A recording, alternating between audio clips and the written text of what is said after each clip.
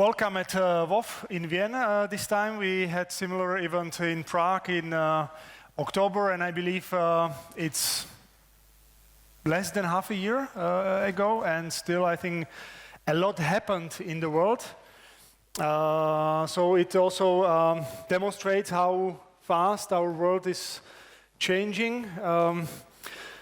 I think when I look at you, I would say most of you remember the period of 2010 to 2019. For me, it was a period that is best described by discussion by one job candidate in a company I worked for, where we discussed about his salary, and he said, like, you pay too little, and he demonstrated variable pay. And I said, okay, but don't forget the fixed pay. And he said, sorry, but fixed pay is just a fee for me being willing to come to the work. So that was a mindset of people, especially young people, that for unprecedented period of 10 years, they never really experienced bad times and crises. Everything was growing, and not only e-commerce, but I would say e-commerce is a good example of industry where all that the companies need to care of was how to manage the growth and where to find the people to manage and process all the orders. Now we are in March 2023, and I think we are living in a different world. So I would like to ask our speakers to come and discuss how the world has changed in e-commerce and how also their approach towards sustainability has changed. So I will ask Martin Mrva. Welcome, Martin. Hi. Thomas Hofer from Notino. Welcome. Florian Hangelberger, my Flexbox. Hi. Florian, and Harald Joni from Cargo. Welcome. Hi. So in a first round, I would ask you for a brief introduction of yourself personally and your company. Should I start? Whoever wants to start. Hi, good afternoon. My name is Harold. I'm the CEO of Cargo. Cargo is, you never heard about it because it's a very, very small company in the beginning, founded in the print medias. So that means we have the biggest night network in Austria, bringing all the newspapers every day to all the shops until 6 o'clock in the morning. That is where we come from. And 3 to 5 years ago, we go a little bit from the dark in the light. That means we are dealing with day business, and we are not the classical e-commerce logistics supplier. We are more the heavy stuff supplier. So that means all the furniture, all the big stuff that you have, we're bringing to you with 2 men. So everything which is very heavy. And maybe if you buy a kitchen, we assemble your kitchen at home for you. That is what we're doing. And we're dealing with a very big customer. It's a blue, yellow, Swedish company. We are one of the biggest partners here in Austria. And I think we will talk a little bit about their sustainability goals in Austria. Okay, great. Thank you very much. Yeah, good afternoon also from my side. My name is Florian. I'm head of e-commerce and logistics at my Flexbox. Yeah, who we are, I think everybody orders online, and everybody has the feeling you're not at home. You come home, you see a yellow paper in your door, or you see some other notification that you're not at home, and you need to pick up your parcel anywhere in your area. And yeah, that's why we are here for. We are building the biggest open smart locker network in the German-speaking countries. We already have 400 smart locker locations in Austria. We are entering now the German market. And yeah, we want to grow. Our goal is up to 4,000 to 5,000 smart locker locations to have in Austria and Germany. And yeah, to build up this business with our partners. And yeah, to make here the last mile more efficient and of course more sustainable. Thank you. Tomasz? Good afternoon to everybody. I have one question. Does anybody know Notino here? Oh, perfect. And are you customers, or you just only know who is the customer? Okay. And I hope that that you are a happy customer. Once again, our company called Notino. We are e-commerce. We supply our products to 27 countries. Also, we have 27 brick shops. Also, one here in Vienna, and we are selling cosmetics, perfumes, but also stuff for your health. Thank you. Yeah, and Martin. Yes, so thank you. So we can play the video, and I will proudly say that we are talking with Tomáš for he to be our customer with such a solution, automating the order picking process, and like a little bit of sales pitch right now. But this is like the first and only fully automated mobile robot that will do also the picking for you. So this is something that is like a unique patented technology. Right now we are, let's say, on Promat. So what we are doing as a Brightpick, we are automating the order fulfillment process, where basically if the products are tow-table, we are able to do the automated picking using everything what you see on the picture is our technology. So the scanning device, basically the picking, the robot, and also basically the autonomous mobile robot that is doing the movement. So this is what we are proud of right now. This is what we are building for 3 years, and our mother company Fotonio for over 10 years. And now we are able to help our customers to basically build a more sustainable order fulfillment. Mm-hmm. Thank you. Thank you very much. Thank you for the video. Maybe one video makes more than 1,000 words. But for me, this is interesting because when I worked in e-commerce in roughly pre-COVID times, it was like picking by robots was still something far ahead, far away. So I would like to ask all of you, how did the world of e-commerce and e-commerce automation, e-commerce innovations changed?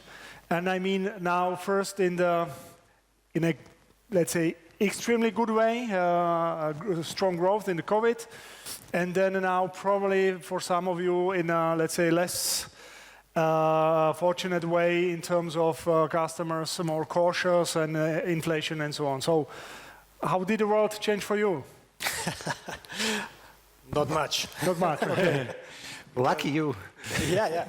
Because we're dealing in the day business with heavy stuff. So that means we have furniture with more than 100, 200 kilos. So no robot that can pick it up, so that's problem it's everything what the parcel parcel companies do not want to deliver, right? Yeah. So we're picking by hand. That is what we do. We're putting together all these things. The only thing that was really changed in COVID was we have less paper. Okay, that everyone have less paper, more digitalization. That's the big one. And on the other way around, the big customers from our side, like this blue, yellow Swedish partner, also used the time in COVID to get a little bit more in the sustainability picture and said, we will have this and this picture in 2023, 2025, whatever. And after COVID, we started to bring it in the world. That is what we learned in COVID. But for digitalization or all the other things, no. Okay, thank you. Florian? A lot of change was in the last years. I remembered when I was back in university, I learned that in 2020 the growth of e-commerce will decline. The complete opposite happened. I think we made a big step forward regarding volumes in 2020, 2021. 2022 was definitely the challenge regarding the volumes, but I think it has more speed now on it, and so we will have volumes which will be forecasted later on that will become in like 2025, 2030 will become earlier, and therefore this is the change for us. We really see big volumes, and we as all working in logistics, we need to find solutions for that. And especially on the last mile, we see a doubling of the volumes in the next 5 years. And to raise the question how to deal with this in the cities, to deal with cities like, for example, in Vienna, the traffic get more and more. Most of the delivery companies in the last mile working with, like old trucks, I would say. Of course, there are some companies who are changing this currently. So it's a quite good point here, of course. But also, when the trucks are driving with electricity, there are still a lot of volume on the streets, and also this is a problem. And yeah, that's why we think also here with the consolidation on the last mile to find here a solution and to take the challenge here. Okay, thank you. Tomáš, you are e-commerce representative, so I mean, really e-shop. So what changed in your world? Pre-COVID, post-COVID, and now? We had been grown double digits before COVID age. Right now, I am very happy that we are continuing to grow. It's amazing, but on the other hand, I am also responsible for operations, and COVID age was crazy for me because I remember very well that in March, April, we had a new Christmas season immediately. Everybody went home, and we welcome new employees because volume was very high. And everybody thought that I'm crazy and I'm stupid, and it was amazing.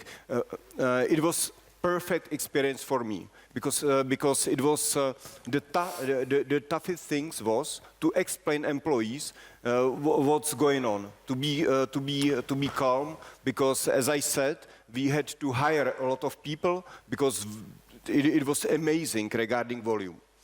And now, but on the other hand, it was crucial, but on the other hand, we earn a lot of money, and we invest money back. And to be honest, I was crazy because 2020, we wanted to open distribution center in Italy, and we know why we did not open it. And we look at the map, and we decided 2020 to open distribution center in Bucharest, in Romania. And everybody was home, and I traveled around Europe to find the space and also technologies. Then we can discuss. We do not have time, but I can discuss a lot about COVID age. But on the other hand, now I am happy that situation is stable. We are still growing, and in May is happy end because in May we will open a distribution center in Italy. Thank you. And Martin? Yeah, so I wouldn't even say that the COVID was the game changer, but yes, for some companies, they were probably overestimating the potential growth in this period. So yeah, unlike the Notino, which was already had sustainable business before the COVID times, a lot of the companies, they grew during the COVID, not knowing what will happen afterwards. And that is what we see, the aftermath, what is happening right now. So there is less money on the market right now. So a lot of the companies, they clearly see that their expectations were too high. In regards to the automation, which is our business, it means that companies are, let's say, a little bit more careful deciding where we will invest, but at the same time, they are feeling a lot of pressure in regards of the human workforce. They are not able to find it. So at one hand, there is less money on the market, so less investment probably to be done, but at the same time, very high pressure to find human workforce or to automate because you cannot find that workforce. And in Western countries and in the US, where we are focused, it's even much more true than in Slovakia, Czech Republic, and other countries. So this is what changed for us. Basically, the automation is still there with some obstacles.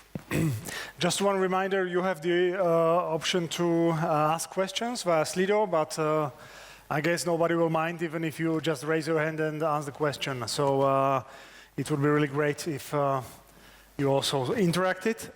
My next question. You are, some of you are younger startups. I sometimes see 15-year-old startups, but I mean, one imagines that you spend all the day thinking of innovations and sustainability and have all the fun.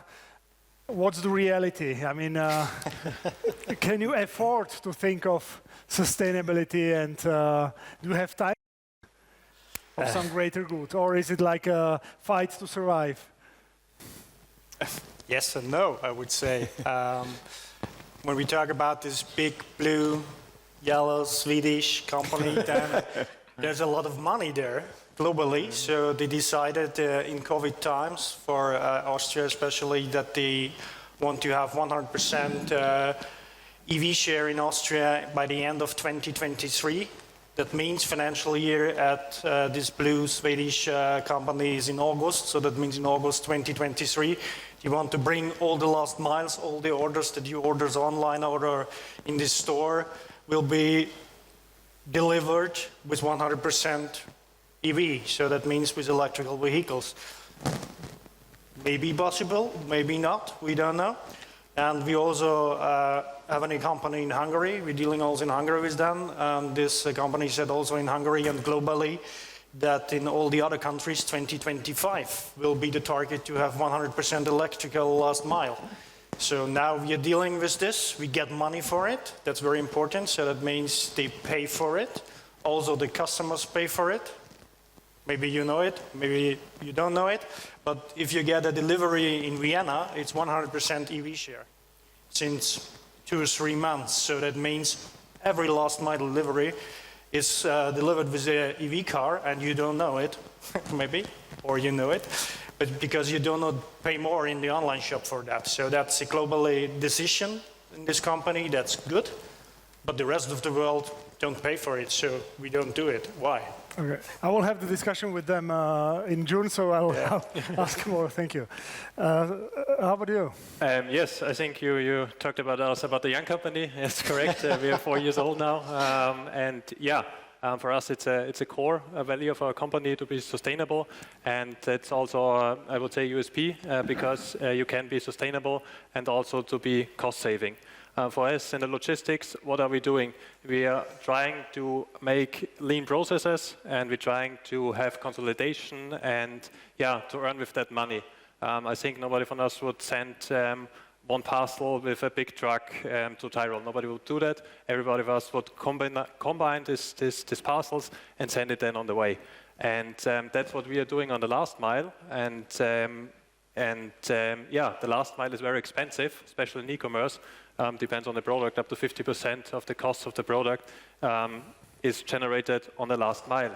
And so, therefore, what happens on the last mile? You have very high costs, and you have, yeah, quite high also CO2 emissions. And why not combining this? So, if you can optimize your last mile and you send your parcels to a locker box, then you can combine parcels on the last mile, and therefore your delivery, your parcels, your last mile get greener, get more sustainable, and also, of course, you're saving money. So I don't think in our case here it's like this or that, because it's a core value, and due cost savings and to save CO2 emissions, I would say in our case it's both here. Thank you. Tomáš? Yeah, sure that sustainability is still a topic for us, but the same as you, that sure that we are working in dynamic area, and sure that if we are growing by double digits, then to be honest, we did not have a lot of time to think about sustainability, but on the other hand, I'm very glad that, for example, we find the solution how to pack how to combine automation of packing process with to be environmentally friendly, because we installed lines, and if you look at to the parcel, you will not find a lot of bubbles and a lot of papers.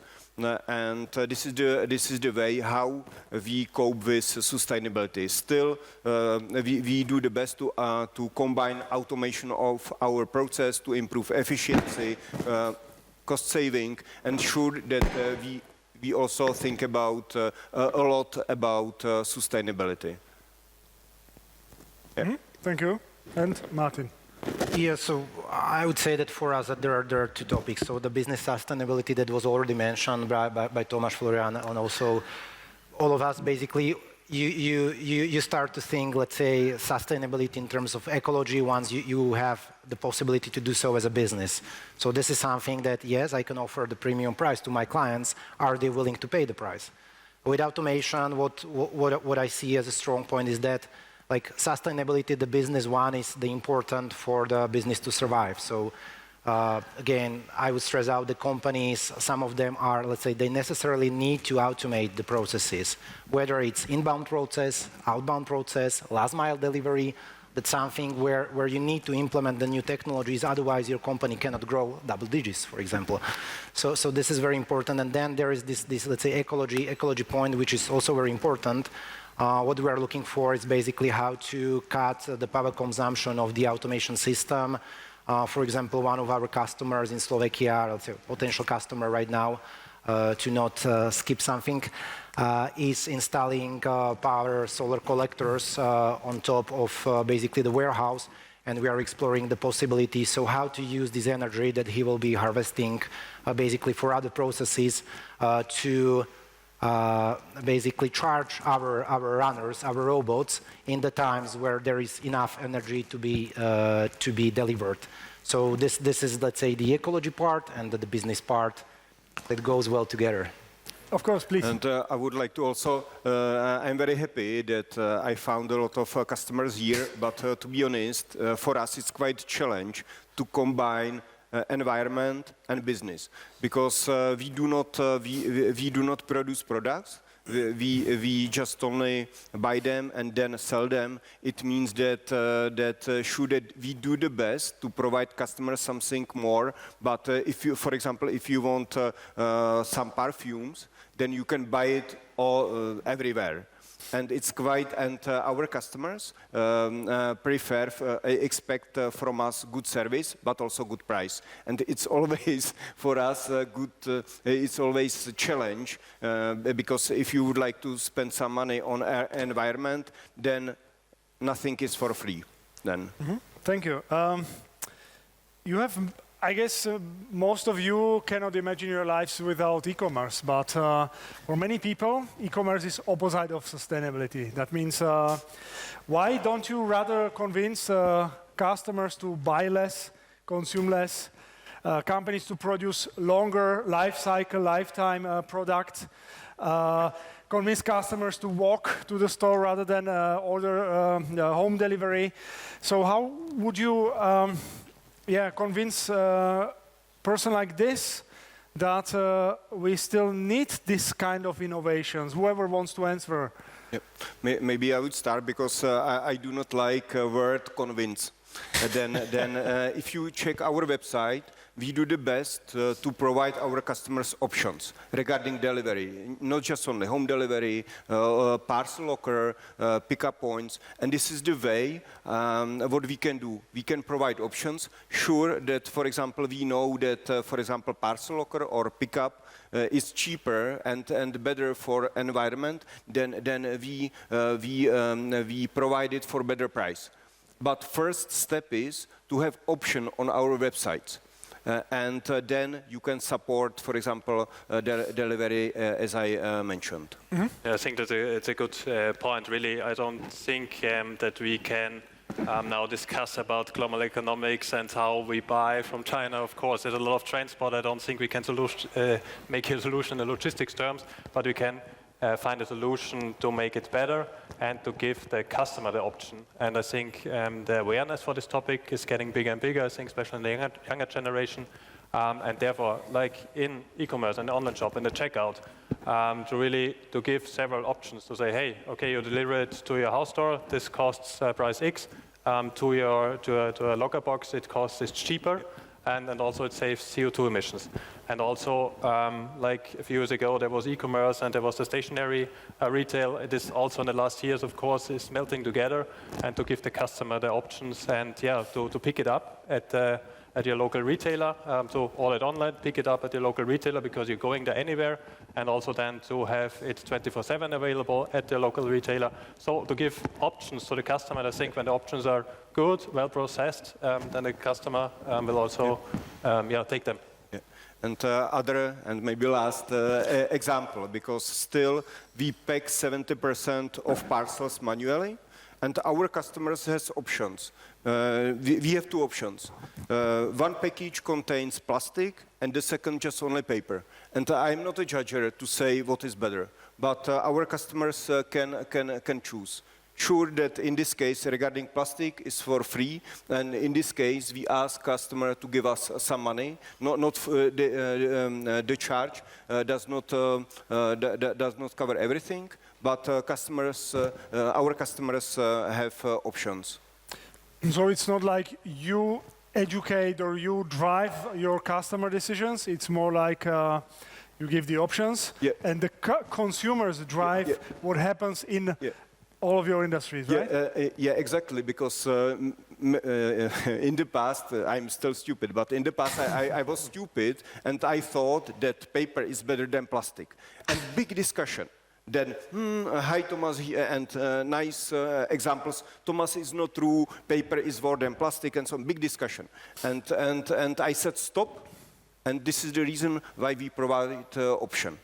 I have a nice example to this actually, because we are working with grocery companies that are basically delivering to your home, and we are trying to persuade every company out of very, let's say,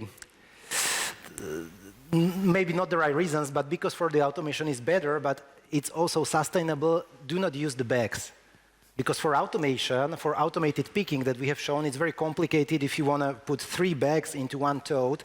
Then for the robotic arm to pick directly to the bag, that's a challenge. That's another 5 years, okay? Or let's say, you can do it right now, but with errors, so it's like not sustainable business. So we are trying to persuade every customer, guys, don't use the bags. No plastic bags, no paper bags, use the totes that you can return. It's better for the automation. You will have less people needed in the warehouse because there is not so much handling. Everything is automated, robotic arm picking.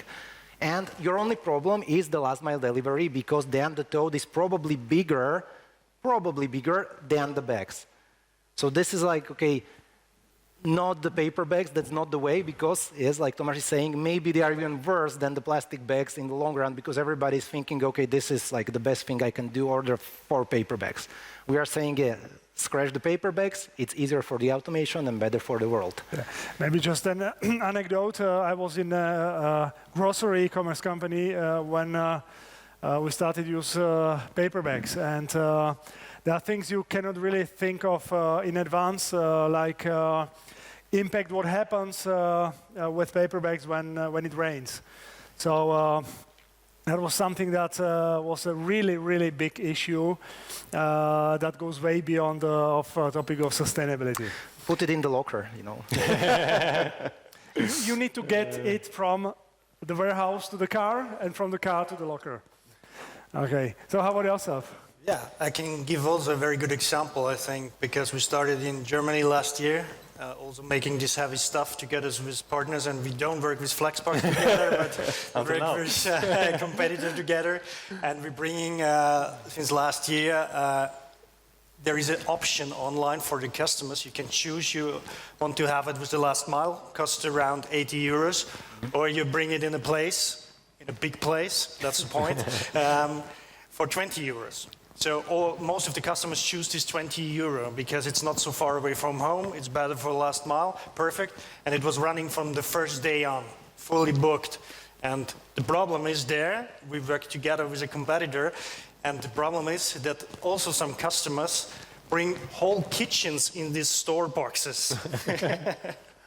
So that means could be a little bit difficult for all the boxes in the future, because the customer understood, okay, when I bring my kitchen there, it don't cost 100 euros for me or something like that. So I pick it up, I have 24 hours, so I can go 5 times with my car to this to this location and bring it back home. It's more cheaper than before. So we see this in Germany and also in Austria. We see this trend also in Austria, but it's not so a very big price difference in Austria. In Germany, there's more money in it, and so the customers use it more, these locations. But it is running very, very good. We do this around Munich and all these big hubs, and we see in Munich it's working still good.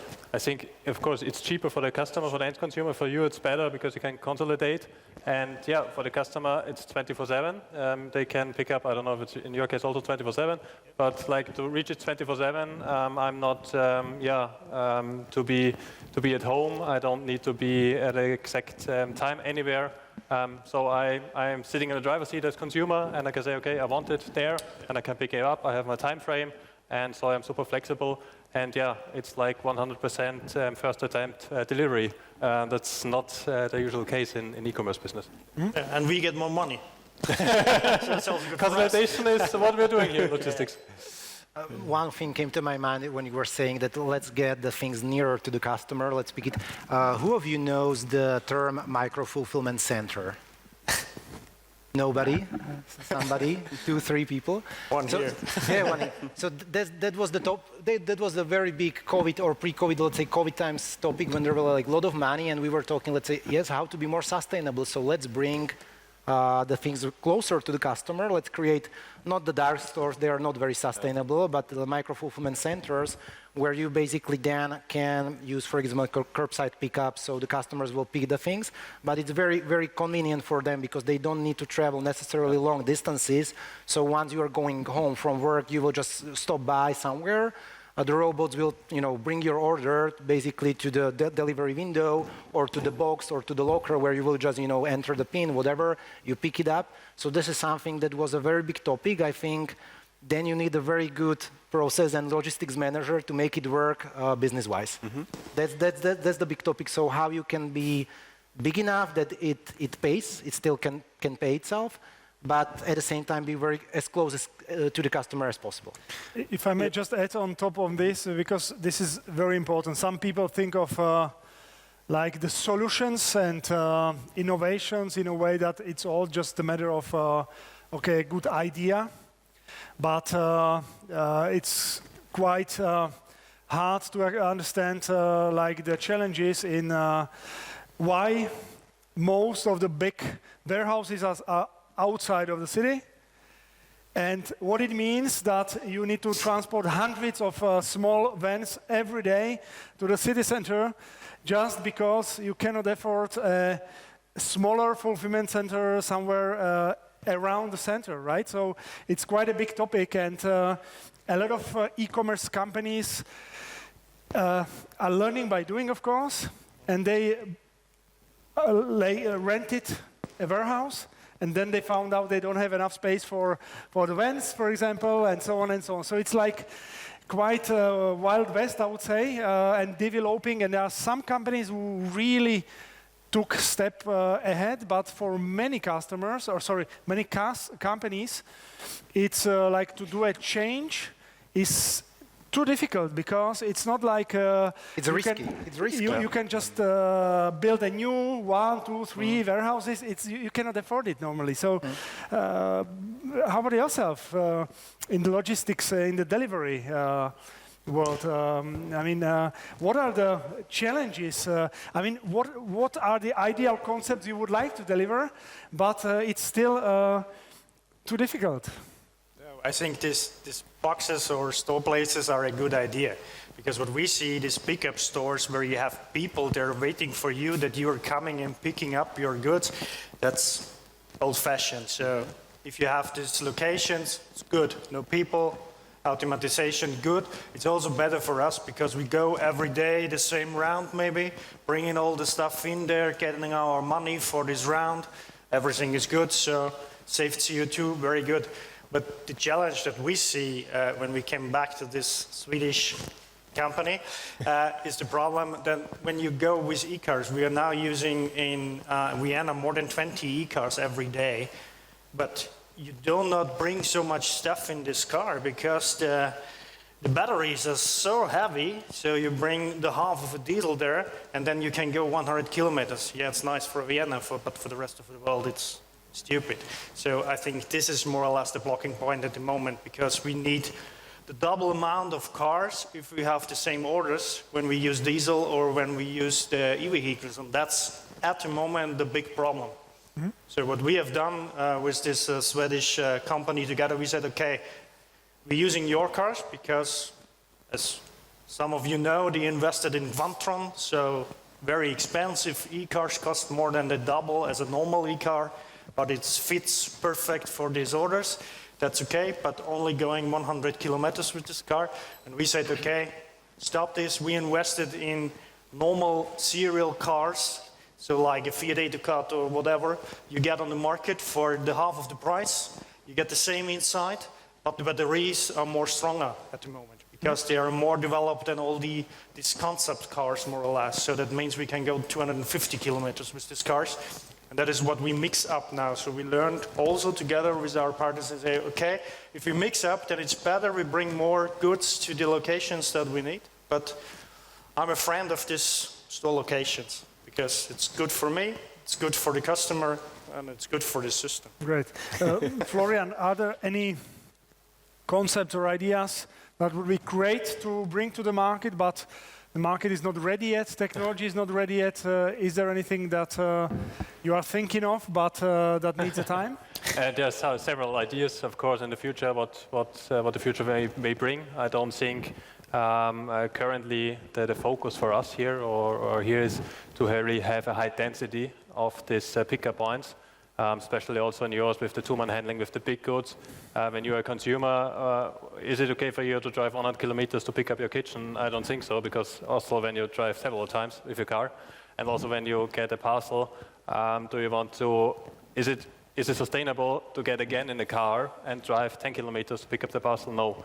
So I think now it's really important to have a high density in the network. So currently around about 150 locations we have in Vienna, nearly 400 in Austria, and we need to get a higher density that this logistic network also works, because it doesn't make sense to have 1 or 2 boxes in an area. You need a high density, and I think then there is really the use case done. Then logistic companies can use this. So basically we're working together in Austria with every major carrier in the parcel area, so DPD, GLS, UPS, and also DHL Express is our partner here, and they're using it, and it works when we have a high density. We almost reached this in Austria. We're going on the German market. I think this is now the focus in here. I think there are a lot of interesting topics, especially also like click and collect to combine this. There's a lot of interesting topics with automation in this area. But I think, yeah, a lot of invests, and it takes some time. Especially here in Austria and Germany. Mm-hmm. How about you, Tomáš? Are there any concepts you'd like to bring?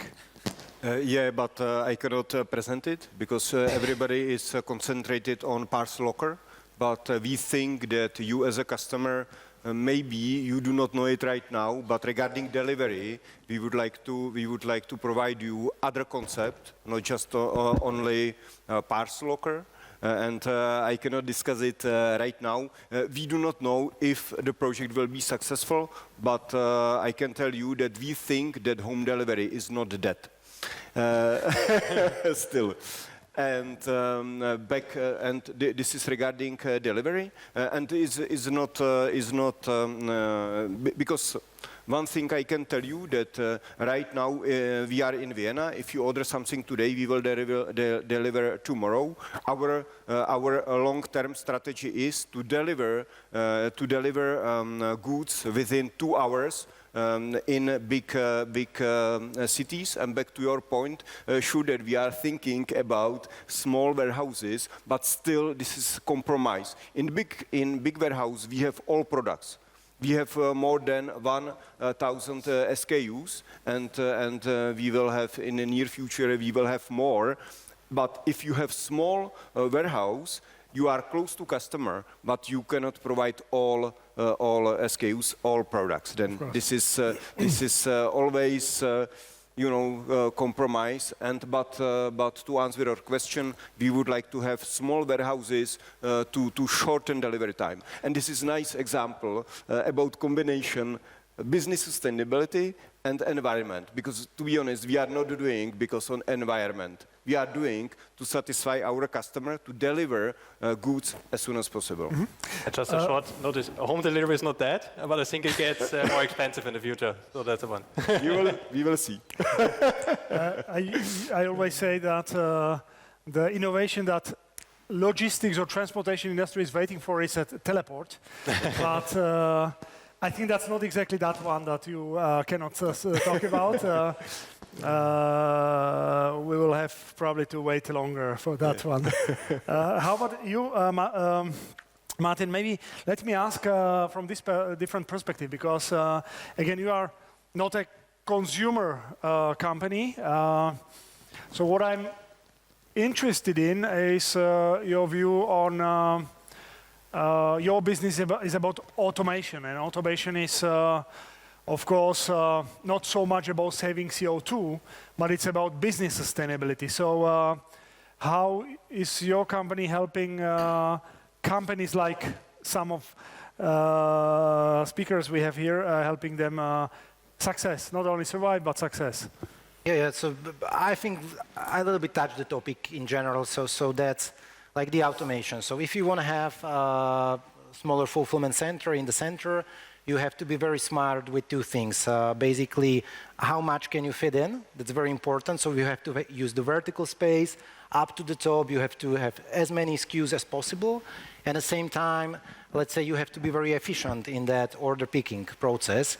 Plus, probably you want to run 24/7 to get max out of that area. So this is somewhere where, let's say, the automation is the key. And maybe not just our automation in general, you want to have it because it just gets, let's say, more economically reasonable to even create such a warehouse, and this is important. And maybe the other question that was asked, so what are the barriers or what we are encountering? So there are two types of customers. So one that's very demanding, like Notino, because they're growing so fast. So they want to have, let's say, very, very fast, everything should be very, very fast, but let's say, the area that we can use is very small, so very demanding customer in terms of throughput. And there is other type of customer that they are afraid. They are afraid of the automation. They are afraid of the mobile robotics. Some robot will be running in my facility. Oh my God! And then we have mounted the robotic arm on the robot. Oh, it's going to pig even. Oh my God, 2 times. So it's like it's this. So that there is the other part of the customer which are not that educated. And maybe they didn't need, they were competitive enough as they were, but now they want to automate, and we are trying to, let's say, crush these barriers by, for example, saying that mobile robotics, yes, use the processes as they were, use the shelving you had. Let's reuse the shelving you had in that MFC. We are okay with that. You don't have to build any special constructions because mobile robotics can work in the environment you already have. Mm-hmm. So answering two questions at the same time. Thank you. We have 2 questions. Josef Kossuth asked, do you expect a consolidation, M&As on the e-commerce logistics service market in Central and Eastern Europe? There is intense competition still with new comers. And I would like to ask our 2 speakers, Florian and Harald, on this one, because I think that's more relevant to your business. Even though I'm not sure if you consider yourself Central and Eastern Europe, I guess partially yes. So how would you answer this, Harald? That's a very good question. I really don't know. Thank you, I really don't know, but yeah, we see this also in the Hungarian market and also here, Austrian and German market. The big ones are coming. The big ones are very, very strong at the moment, but the big ones are still struggling a little bit because we were a small one. Now we are a bigger one, so we are a little bit in the middle. We are not a Gebrüder or something like that, so we are very good in the middle, and we see that these companies in the middle are maybe better than the big ones in more flexibility and speed. And what we see is one of our efforts is that we are very, very, very fast when we implement new customers, new boxes, whatever. So that means we are very flexible. And the big ones are not so flexible. And when I look on the e-commerce market, we have very big customers like this Swedish guy. They are so slow. So yeah, they're coming from right and left side, some smaller ones, which are better. But the problem is, we also have seen this with this customer, he buy everything which is coming left or right. Mm-hmm. So all the IT companies and whatever are now part of this group. So yeah. Florian, when I just one comment, when I think of your business exactly, then I tend to think your product is more kind of infrastructure in the logistics, and that's where consolidation makes sense. So what's your view? Are you going to be the consolidator? Or? Yeah, no, for us, of course, one point, the e-commerce business is still growing. That's a good point, because we are not in a business like which is declining in the volumes. We are increasing. So of course, there are new players on the market. We have the big players in Europe, everywhere. I think like the old ones who did it all the time, and now with the e-commerce boom, like during COVID, we have new players on the market. And yeah, that's good for us, because we are open to everybody. We work with everybody. We are a neutral infrastructure provider.